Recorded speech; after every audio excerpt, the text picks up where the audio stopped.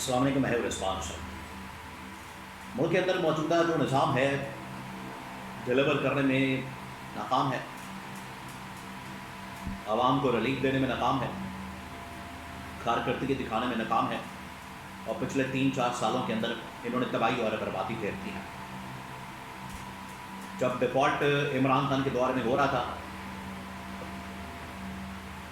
تو پٹرول 120 روپے، ڈالر 100 روپے، اور مہنگائی بالکل صفر تھی۔ آج ملک ان لوگوں نے ڈیفالٹ سے بچا لیا، بقول ان کے مہنگائی آسمانوں پر ہے، پٹرول 450 500 اور ڈالر 300، یہ حالات، اور ملک کے اندر تباہی اور بربادی، لاقانونیت، امن و امان کی بگڑتی صورتحال، بم دھماکے، یہ سب کچھ ہو رہا ہے۔ اب اسٹیبلشمنٹ نے فیصلہ کیا کہ نظام کی تبدیلی کی جائے، نظام کو تبدیلی کیا جائے، اور ملک کے اندر صدارتی نظام نافذ کیا جائے۔ اس کے بارے میں بڑی اہم ترین معلومات، اس کے بارے میں ابھی چند دن پہلے سابق secretary election commission of Pakistan Qamar Dilshad نے بھی یہی باتیں کی۔ کیا باتیں تھیں، اب کیا نیا چینج آیا، اس کے اندر بڑی اہم ترین معلومات۔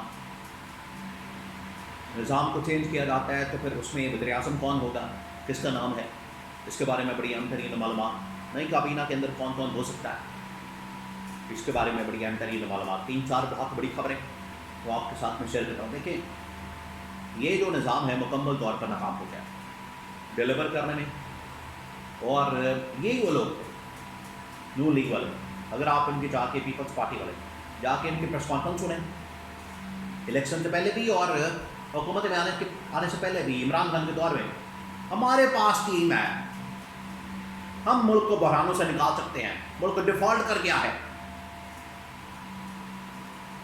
ہم آئیں گے پیٹرول فری کر دیں گے، ہم آئیں گے بجلی فری کر دیں گے، اور حالات آپ کے سامنے۔ انہوں نے جو پیٹرول کے اوپر ایٹم بم مارا ہے عوام کے اوپر، وہ بھی آپ کے سامنے۔ بجلی میں جو تھوڑی بہت بچت تھی، سبسڈی مل رہی تھی، وہ بھی ختم کرنے جا رہے ہیں۔ اس بار بجلی کا بھی جھٹکا اور پیٹرول کا ایٹم بم، یہ سب کچھ ہو رہا ہے۔ تو یہ نظام ڈیلیور کرنے میں ناکام، اور ان کی ٹیم ناکام، نہ اہل نہ لائق، اور کرپٹ بھی، تو تبدیلی ناگزیر ہو چکی ہے۔ اسی کے اوپر روشنی ڈالی تھی سابق secretary election commission Qamar Dilshad نے، اور انہوں نے کہا تھا آئین کے آرٹیکل کے اندر آپ نے بنیادی چینج کرنا ہے، ٹیکس کی ترمیم، فلانی ترمیم، فلانی ترمیم، اس پارٹی کے سپورٹ، اس پارٹی کے سپورٹ، آپ کو ضرورت ہی نہیں ان سے بات کرنے کی، ان سے ملاقات کرنے کی، ان سے سپورٹ لینے کی، ان سے ووٹ لینے کی ضرورت ہی نہیں آپ کو۔ آپ اس کے اندر بنیادی چینج کریں، عدالت کے اندر جائیں، اور وہاں سے چینج ہو جائے گا، آئینی ترمیم ہو جائے گی، اللہ اللہ خیر۔ اور یہی فیلڈ مارشل، یہی صدر، یہی موجودہ جو آرمی چیف ہے جنرل آصف، کہ یونیفارم کے اندر فیلڈ مارشل بطور صدر آ جائیں گے۔ اور پھر اتنا ہی نہیں ہوگا، جب قمر دلشاد سے پوچھا گیا کہ پھر صرف یہی ہوگا، فیلڈ مارشل صدر بن جائیں گے، تو اس کے بعد کوئی آگے بھی کام چلے گا؟ میں نے کہا کہ بالکل چلے گا، پھر گورنمنٹ کو چینج کیا جائے، کیونکہ انہوں نے آ کے وہاں پر ایوان صدر میں ایوان صدر دیکھنا تو نہیں، انہوں نے تو پہلی بار تو نہیں دیکھنا ایوان صدر آ کے، یا اس کی دیواریں تو نہیں دیکھنی، یا دفتر تو نہیں بیٹھنا اس نے آ کے فیلڈ مارشل، تو پھر آ کے پورے نظام، پورے گورننس ماڈل، پورا سیٹ اپ، ریاستی اداروں کو، حکومتی اداروں کے اندر اصلاحات، چینجز، وہ سب کچھ لے کر آئے۔ اور اس کے حوالے سے اسٹیبلشمنٹ نے بڑی اہم ترین ایک تھنک ٹینک بنا کے اس کے اندر یہ تمام باتیں کی ہیں کہ کس طرح سے چینجز آ سکتی ہیں نظام میں۔ انہوں نے تجویز دی ہے کہ کس طرح سے آپ نے فیڈریشن کو دوبارہ سے مضبوط کرنا ہے، اس کے اندر آپ نے یہ تمام وزارتیں، تعلیم کی، صحت کی، باقی لے کر آنی ہے۔ ڈیفنس کا بجٹ بہت زیادہ بڑھ گیا، اس کو کس طرح سے چینج کرنا ہے، صوبوں کو تقسیم کرنا ہے، بلدیاتی نظام لانا ہے، تو پورا ایک ماڈل ان کو دیا گیا، پریزنٹ کیا گیا تھنک ٹینک بنا کے۔ اس کے اندر یہ کر نکالا گیا فارمولا ٹاپ لیول کے اوپر۔ اس میں یہ کہا گیا field marshal general Asif Munir کو بطور صدر، لا کے اور اس نظام کو چلایا جائے.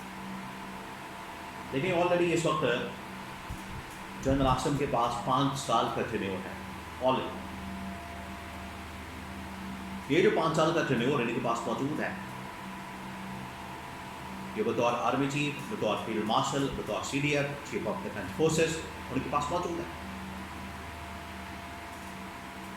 اب لوگ جس طرح سے ابھی یہ سارا کچھ ہوا ہے ملک کے اندر، ہمارے پاک کی تقریبات موت کی طرف لوگ دیکھ رہے ہیں، اور ملک کے اندر جو مہنگائی بے روزگاری ہے اس سے لوگ تنگ ہیں،